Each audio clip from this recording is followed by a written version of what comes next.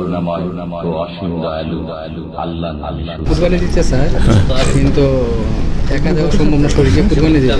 পাশাপাশি যারা লোক আছে তারা হইলো নামাজ মাঝে মাঝে পড়ে না বা সুদের সাথে তারা জড়িত, তাদের সাথে কুরবানি দিতে পারবে কিনা? আচ্ছা আচ্ছা, গুরুত্বপূর্ণ প্রশ্ন। বলছেন যে এক ভাই কোরবানি দিতে চায়, কিন্তু কোরবানি দিতে গিয়ে আশেপাশে যেসব লোকেরা ভাগে কোরবানি দিতে গিয়ে সমস্যা, যে কেউ বেনামাজি, কেউ সুদখোর, হারাম খায়, বিভিন্ন হারামে জড়িয়ে আছে, এইরকম লোকদের সাথে কোরবানি দেওয়া যাবে কি না।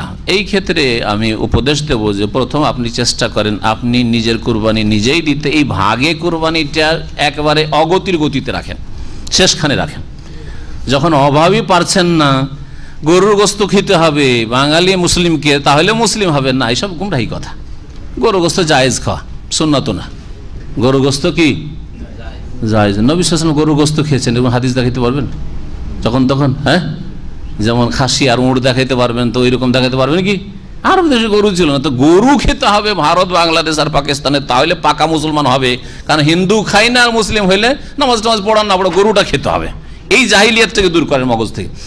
তো কথা হচ্ছে গরুর গোস্ত খাওয়া যায়, তো চেষ্টা করেন খাসির কুরবানি, তাহলে আপনি স্বাধীন থাকলেন।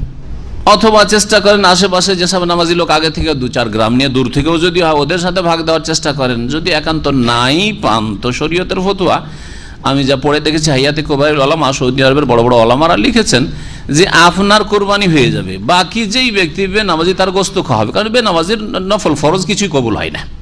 এইরকমই যারা কবর মাজার পূজা করে মুসলিম সমাজে, তার ফরজ নফল কিছুই কবুল হয়, মুশরিকের কিছুই কবুল হয় না।